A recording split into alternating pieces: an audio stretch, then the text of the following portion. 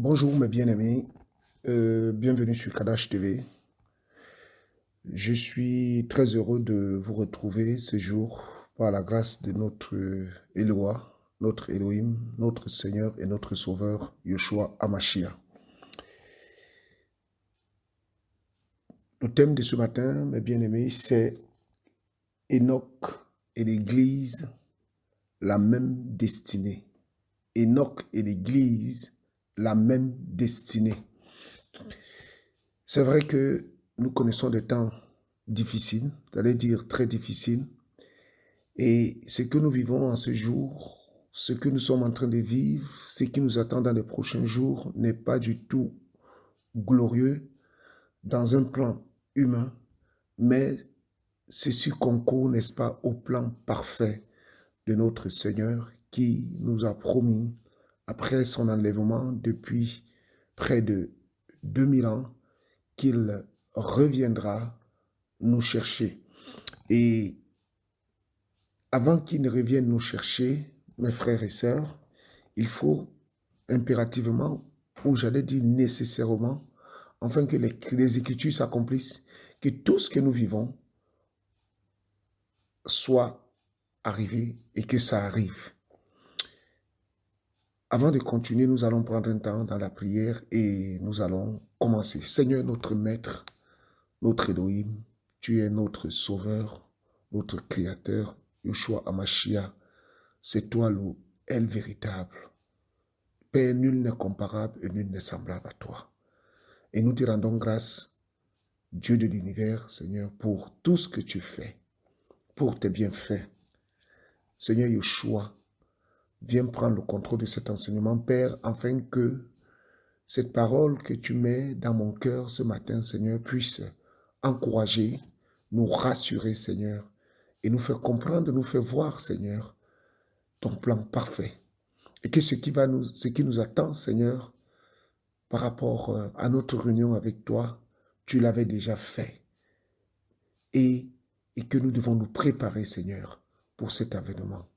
Viens nous sanctifier, viens nous épurer, Père, au nom de Yeshua, que notre entraînement, Seigneur, tu l'ouvres, Seigneur, que tu ouvres notre intelligence, Père, afin que nous puissions comprendre ta parole, dans le nom puissant de Yeshua, Amashia. Amen. Donc, sans plus tarder, nous allons prendre le livre de Genèse, Bereshit, Genèse chapitre 5. Le thème de ce matin, mes frères et sœurs, c'est Enoch et l'Église, la même destinée. Alors, on va prendre le livre de Genèse chapitre 5 à partir du verset 18. Genèse chapitre 5 à partir du verset 18. Je lis la parole de notre Seigneur. Ired, ayant vécu 162 ans, engendra Enoch. Et Ired, après avoir engendré Enoch, vécut 800 ans et il engendra des fils et des filles. Tous les jours de Ired, ou Jéred, tous les jours de Ired, vécu Ired furent de 962 ans, puis il mourut. Enoch vécut 65 ans et engendra Mothusélah ou Mathusalem. Enoch, après qu'il eut engendré Mothusélah, marcha avec Elohim 300 ans et il engendra des fils et des filles. Tous les jours que Enoch vécut furent de 365 ans. Enoch marcha avec Elohim, mais il ne parut plus parce que Elohim le prit. Alléluia. Enoch ne parut plus parce que Elohim le prit. Et dans d'autres versions, je prends par exemple la version seconde, toujours Genèse chapitre 5 au verset 24. Alors, que dit la parole? On va lire aussi d'autres versions. 5, 24, la Bible déclare que Enoch marcha avec Dieu, puis il ne fut plus parce que Dieu le prit. Alléluia. Dieu le prit.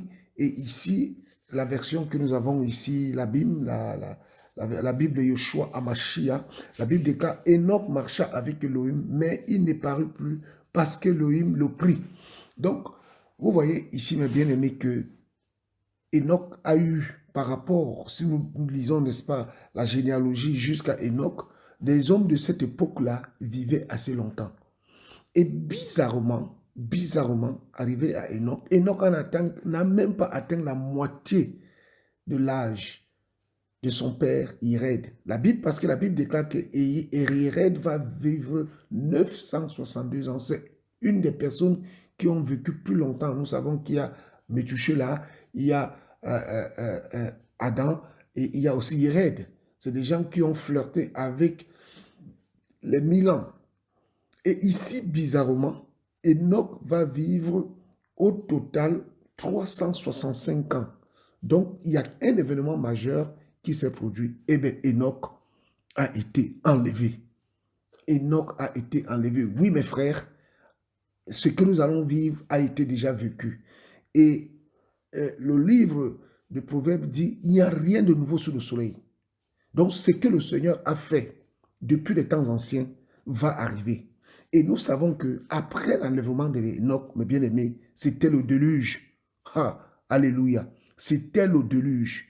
Et dans ce déluge-là, nous savons qu'il y a 8 hommes, dont la famille de Noé, qui furent, n'est-ce pas, sauvés. Et cette transition-là nous amène aussi à dire que quand l'Église sera enlevée, c'est une parenthèse, certains des hommes qui vont être sauvés vont traverser la grande tribulation. Voilà. Il y aura des chrétiens qui vont traverser la grande tribulation, qui ne seront pas enlevés, c'est-à-dire des chrétiens qui ne marchaient pas selon la justice d'Élohim. Alors ces hommes-là, après l'enlèvement de l'Église, ils vont se ressaisir et ils vont véritablement marcher avec le Seigneur. Et d'autres que le Seigneur fera grâce, bien entendu. Et d'autres qui vont se convertir pendant la grande tribulation, qui vont dire, mais finalement, cette histoire de la Bible là, mais c'est la vérité. Les chrétiens sont partis. Alors, qu'est-ce que le monde va dire derrière? L'Église est partie parce que, bon, on nous parle aujourd'hui des phénomènes d'extraterrestres, vous voyez la conquête de l'espace et toutes ces choses-là, mes frères et sœurs. Je ne vais pas trop parler, mais le Seigneur nous donnera l'intelligence de comprendre ce qui se cache derrière. Pendant que les enfants d'Élohim sont en train de parfaire leur sanctification pour partir de ce monde-ci, l'ennemi aussi, avec ses enfants, travaille pour pouvoir amener, n'est-ce pas, la confusion et le mensonge. Donc, faites le rapprochement entre les extraterrestres, la conquête de l'espace, les visites sur Mars. Vous allez comprendre, vous allez voir ce qui se passe, mes frères. Donc, l'Église va être enlevée. Donc, les mêmes choses qui se sont passées à l'époque d'Enoch, mes frères, mes sœurs, sont en passe d'arriver. Regardons ce que dit la Bible dans le livre de Jude. Jude. Merci Seigneur pour ta parole. Alléluia. Nous prions la Bible dans le livre de Jude, en d'autres versions. Allez, on va prendre Jude. Alors, c'est un chapitre. Hein. Jude, c'est un chapitre. On va prendre du verset 1 au verset 14. On va faire un peu de lecture ce matin parce que on peut beaucoup parler, mais c'est la Bible qui parle mieux que nous.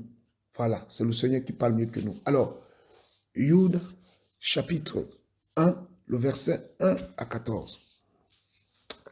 Le verset 14, autant pour moi. Pas de 1 à 14, mais le verset 14.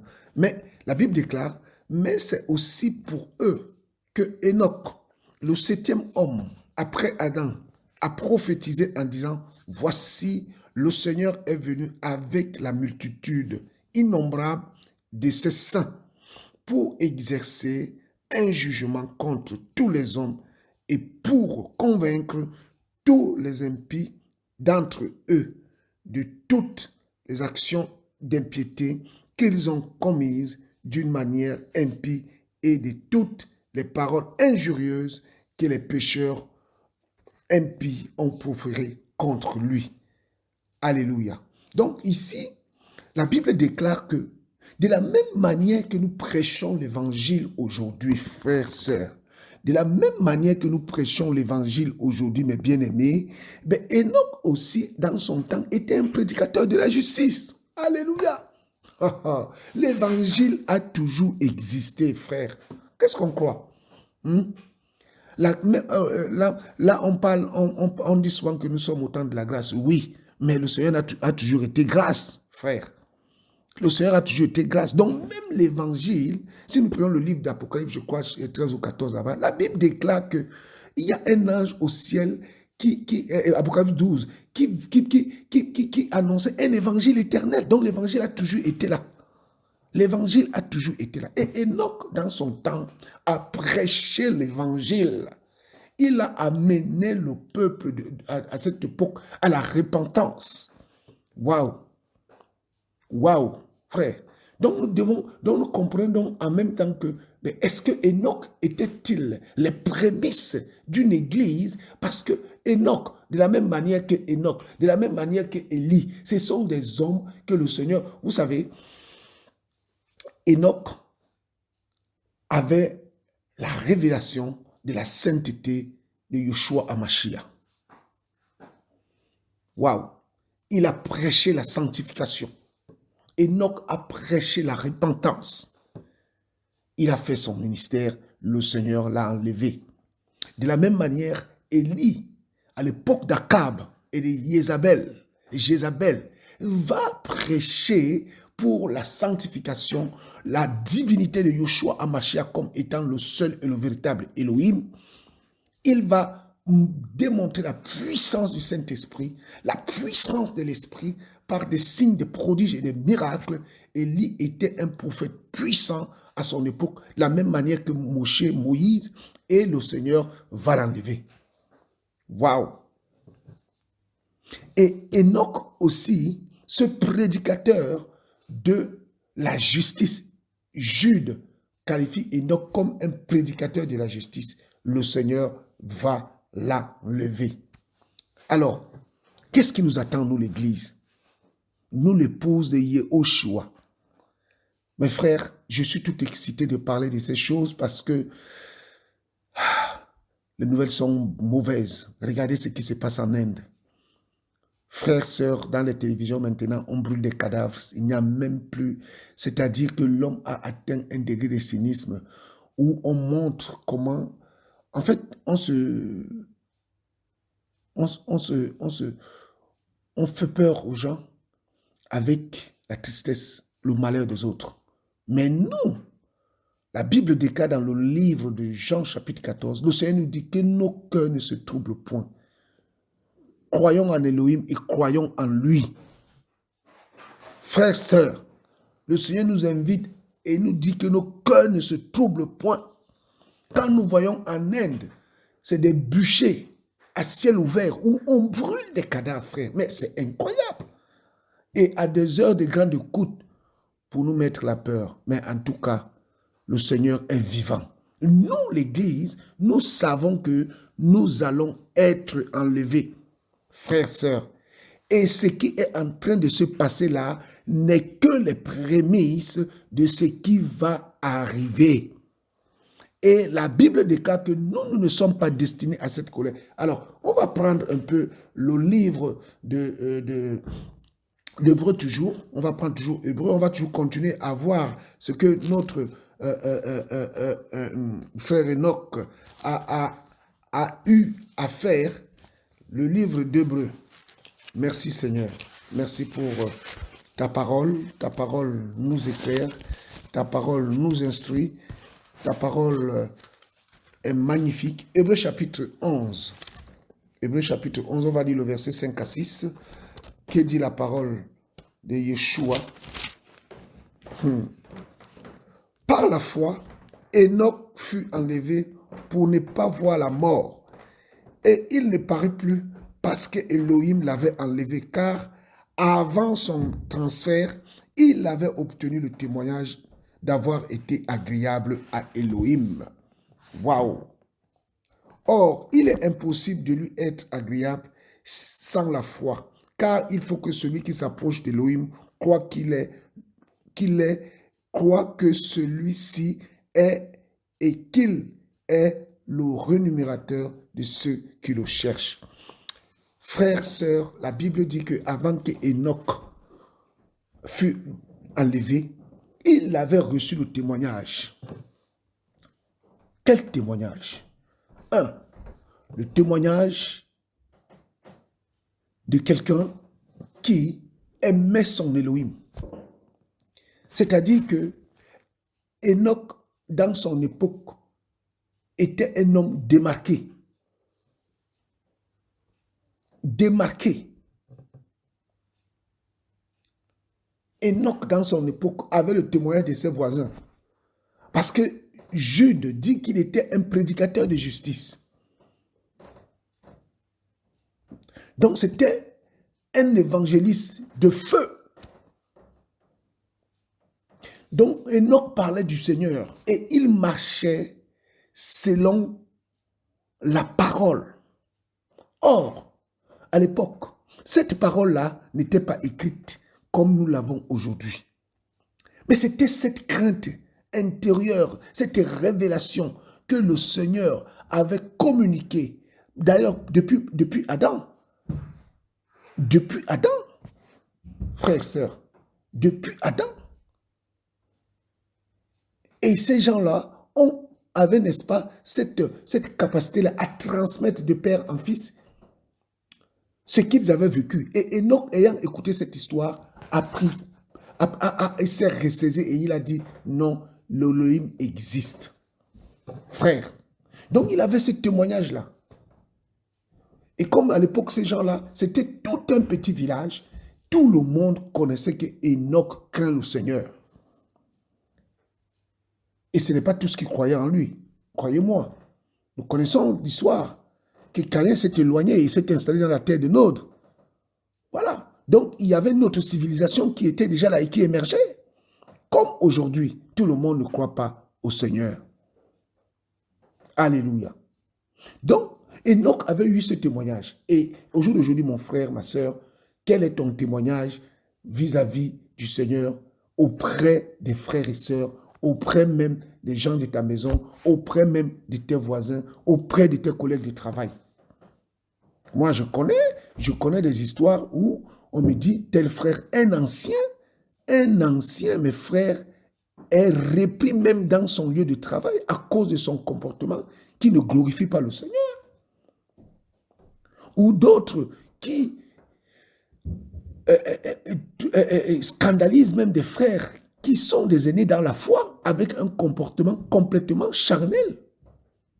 Quel est ton témoignage?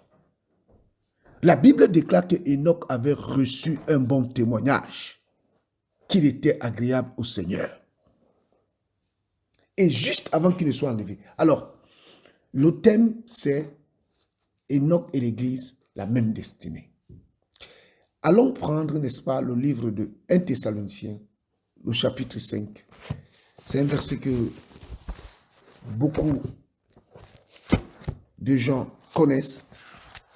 Et on va prendre le livre de 1 Thessaloniciens, chapitre 5.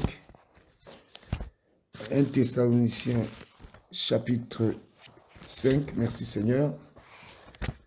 Et on va lire...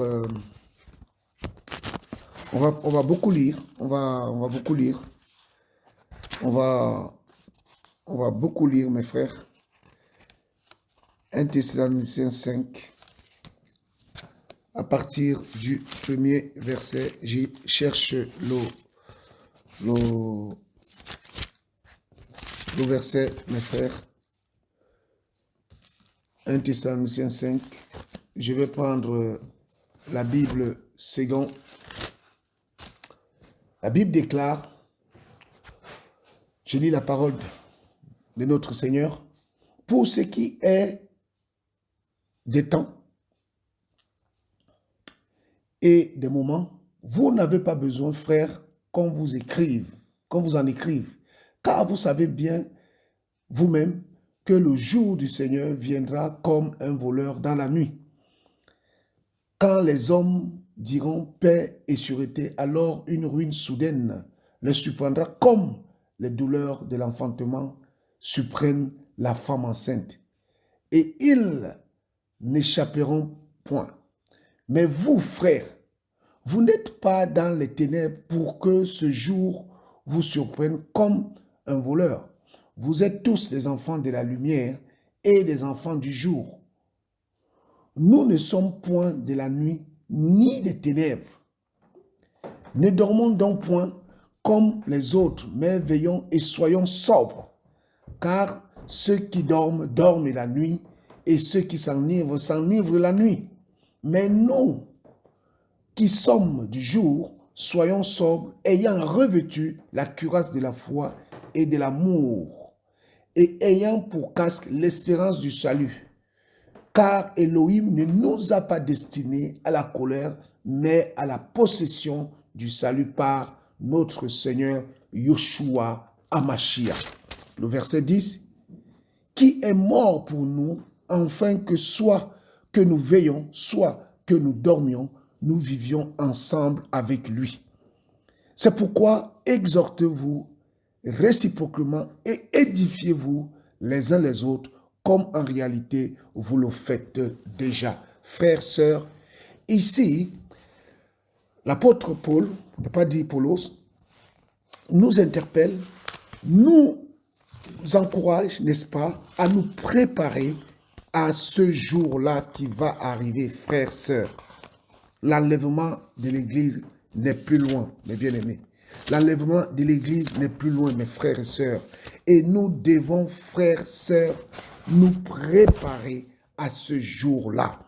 Enoch, à son époque, s'est préparé.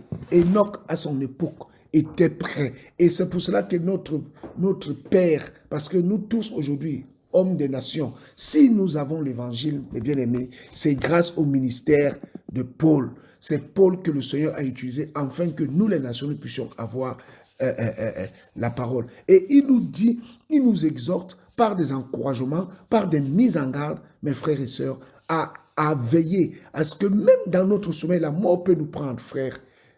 Au-delà d'attendre le Seigneur qui va se manifester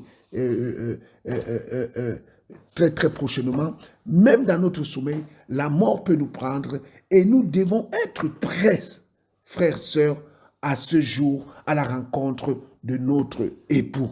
Alléluia. Voyons encore ce que la parole nous dit dans le livre de 2 Thessaloniciens toujours, le chapitre 2, on va prendre le verset 1 à 10. Que dit la parole? La Bible dit, je prends la version BJC, mais au sujet de l'événement de notre Seigneur Yeshua Hamashiach et de notre rassemblement auprès de lui, nous vous supplions, frères, de ne pas être rapidement agités hors de votre pensée, ni troublés par un esprit par une parole ou par une lettre, comme si c'était pour nous, comme si c'était par nous.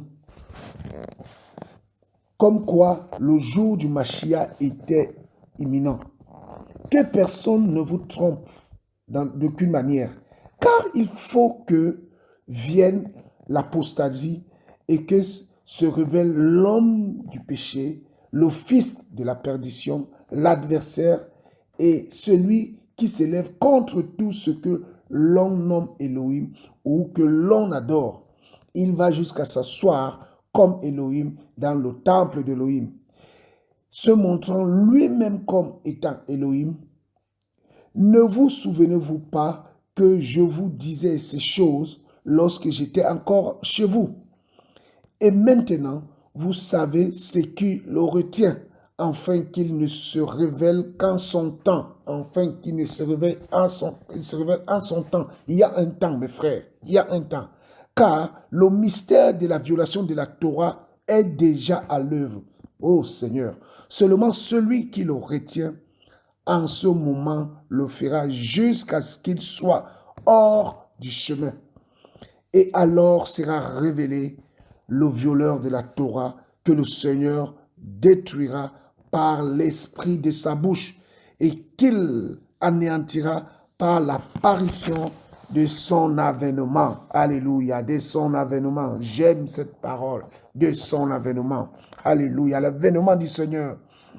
Et lui, donc l'avènement est selon le pouvoir de Satan, avec toute puissance, avec des signes et des prodiges mensongers et avec toutes les séductions de l'injustice pour ceux qui périssent parce qu'ils n'ont pas reçu l'amour de la vérité pour être sauvés. Voilà mes frères, sœurs.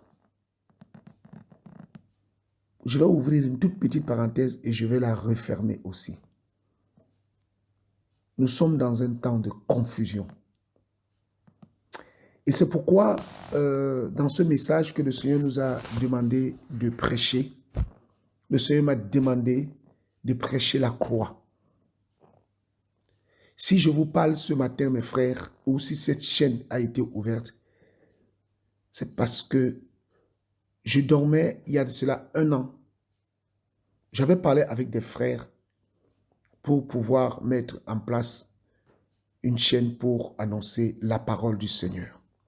Mais nous attendions confirmation. Et il y a de cela 1 an au mois de mars, le Seigneur m'a parlé audiblement et il m'a dit, ouvre cette chaîne et donne-lui le nom de Kadash. Kadash qui veut dire être mis à part. Et c'est pour cela que nous avons mis le verset d'Apocalypse 18, 4. Parce que j'ai entendu, il disait, tu lui donneras ce nom, sortez du milieu de mon peuple. Donc, frères, nous sommes dans un temps où, Paul le dit, nous sommes dans un temps de confusion et de séduction. de jeunes gens ou des vieillards font du Seigneur leur fonds de commerce. Mais on va voir tout à l'heure ce que dit la Bible par rapport à ces gens, qui certains ont bien commencé et qui sont en train de mal finir. Je ne vise personne, mais je dis la vérité. Parce que le Seigneur m'a dit de dire la vérité et je la dirai. Que ça dérange ou pas. Je la dirai. Qu'on m'insulte, qu'on me traite de tous les mots, je la dirai. C'est le Seigneur qui m'a appelé, ce n'est pas un homme. Frères, sœurs, nous sommes dans un temps où il faut qu'on se prépare. Nous sommes dans un temps où la qualification est en train de se faire, où le Seigneur est en train de purer son peuple. Nous sommes dans un temps où les épreuves deviennent de plus en plus difficiles. Nous sommes dans un temps où le vent souffle. Et ceux qui ne sont pas bien accrochés à l'arbre, oh, alléluia. Oh, ceux qui ne sont pas accrochés au vrai cep vont tomber. Les sarments qui ne sont pas accrochés vont tomber. Pourquoi? Parce que nous sommes à l'aube de l'enlèvement. Et Enoch, avant d'être enlevé, avait reçu un bon témoignage.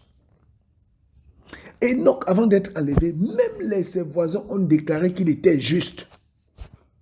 Parce que Enoch respirait et reflétait la sainteté du Mashiach. Frères, sœurs, nous sommes dans ce temps. Et les promesses du Seigneur sont toujours valables. Lisons le livre de Hébreux. On va lire le livre d'Hébreux. Hébreux. On va prendre le livre d'Hébreux, chapitre 12. Hébreux, chapitre 12. Merci Seigneur pour ta parole. Hébreux, chapitre 12. On va lire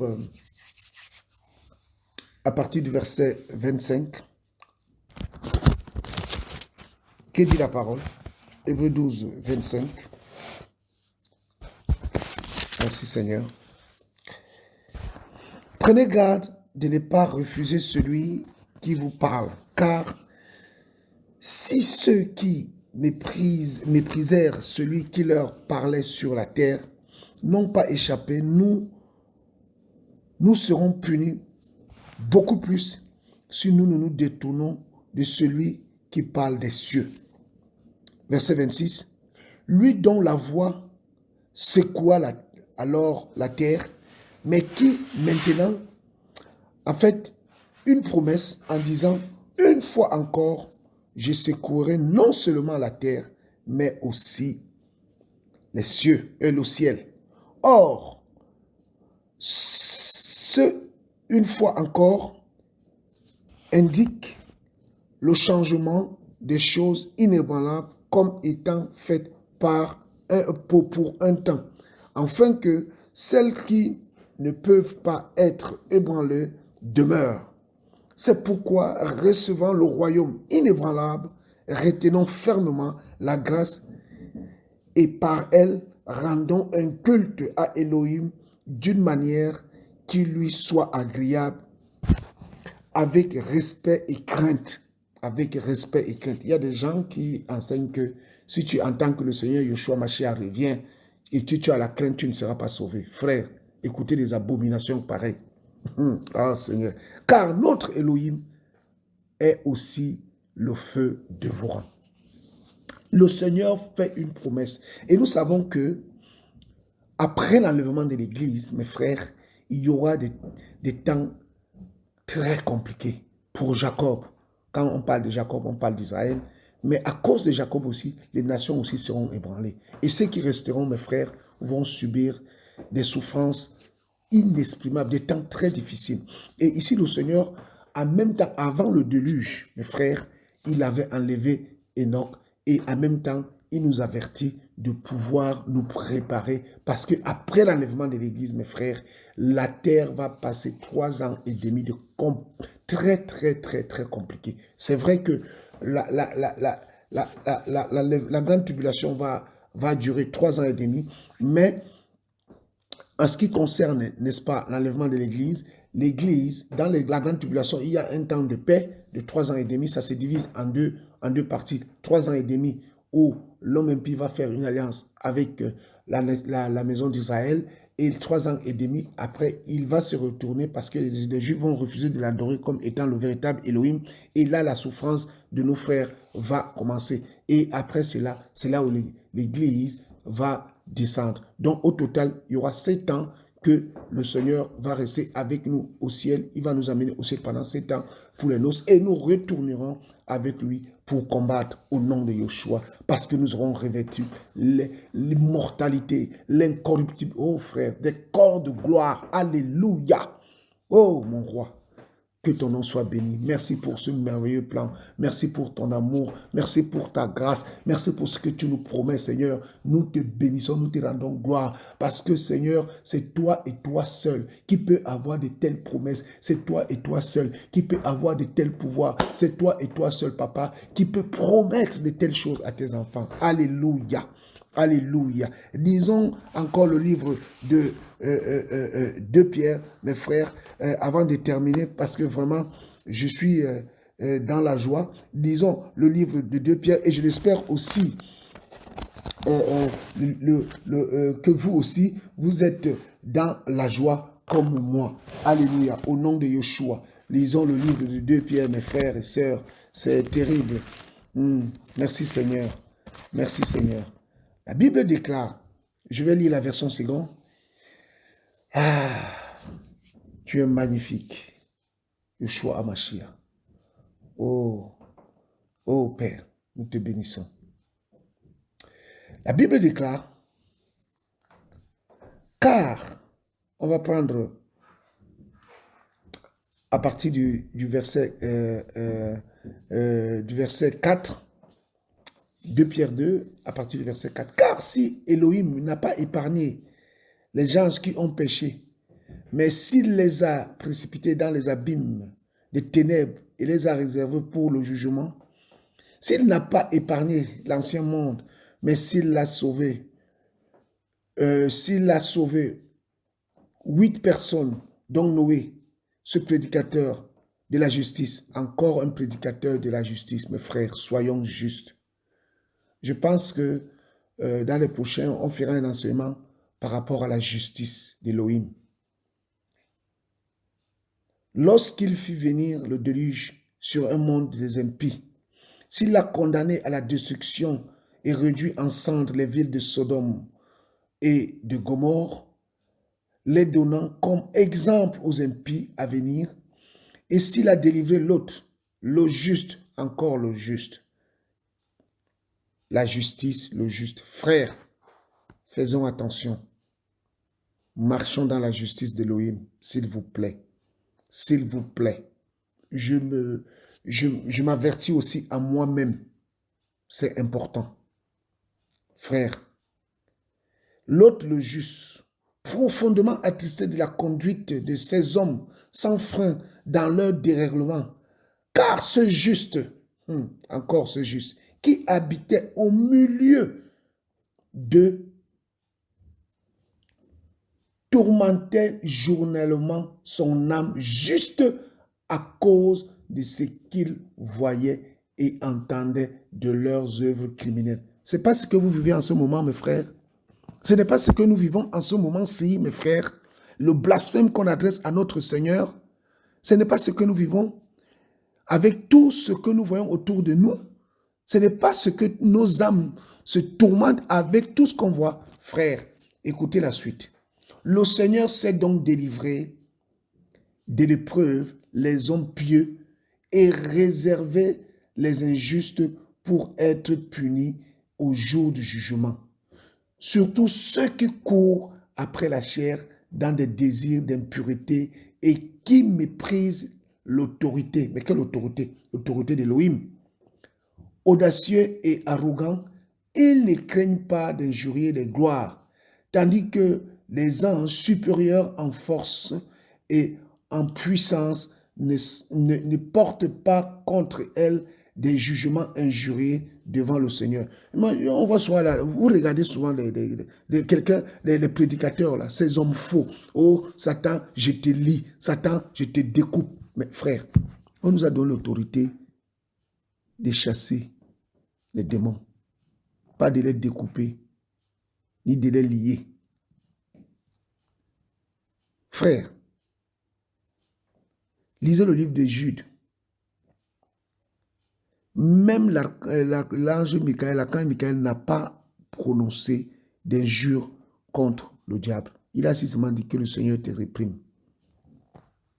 Oh frère, au verset 12, mais eux semblables à des brutes qui s'abandonnent à leur penchant naturel et qui sont des nuées,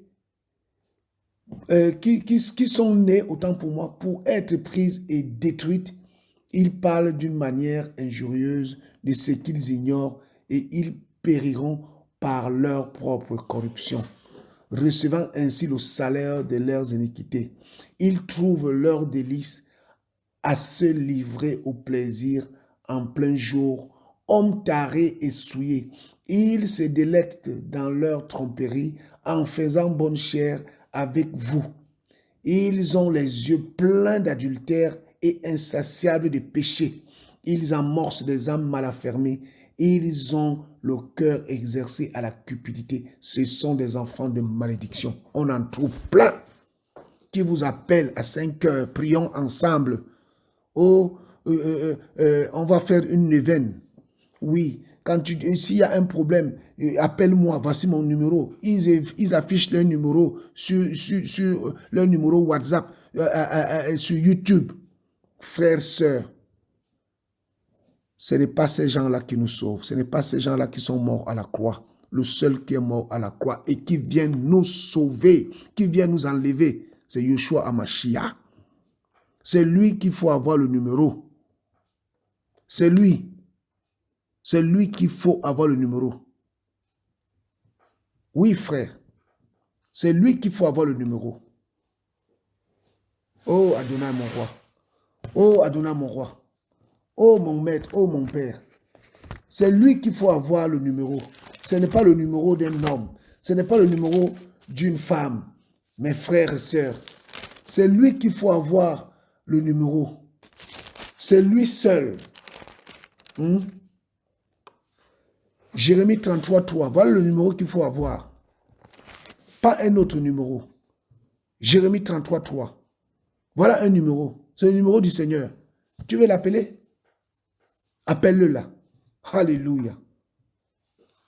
Arrêtez de courir après les hommes. Même ces hommes-là aussi, là, cherchent le Seigneur. Mais vous courez après eux, pourquoi?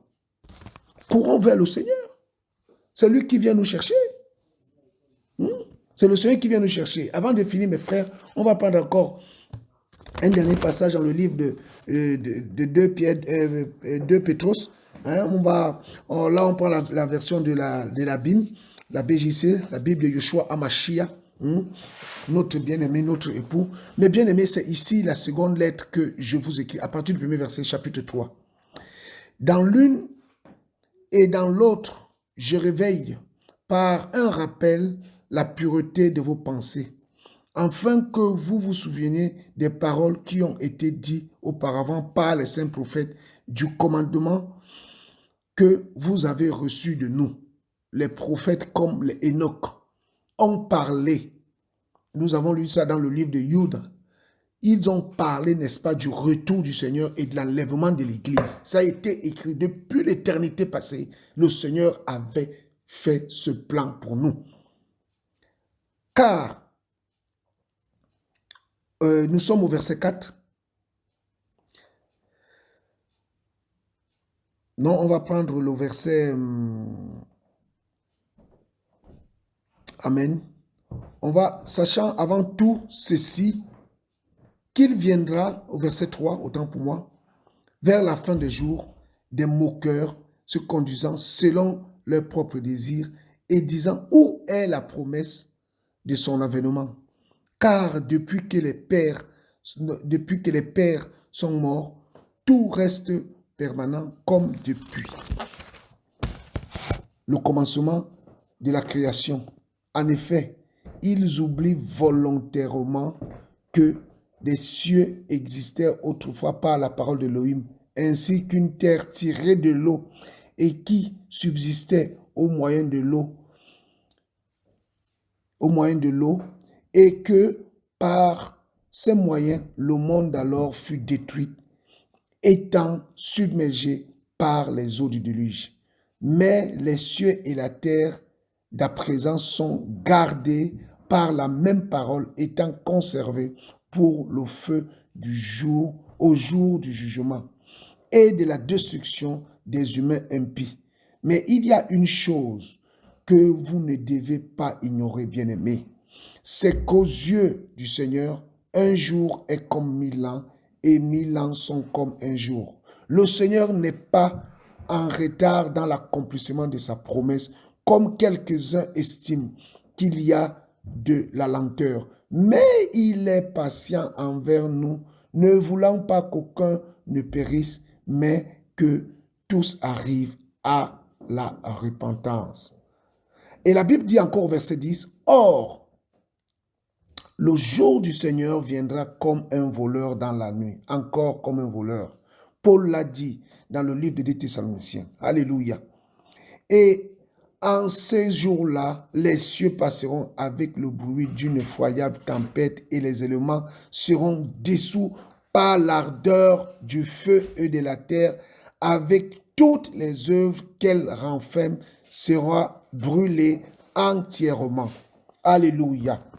Mes frères et sœurs, la promesse est là.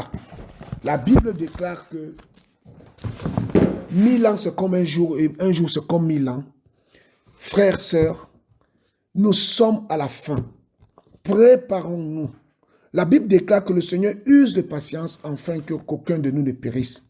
Et le Seigneur dira que le Seigneur a tant aimé, Elohim a tant aimé le monde qu'il a donné son Fils unique, afin que quiconque croit en lui ne périsse point, mais qu'il ait la vie éternelle.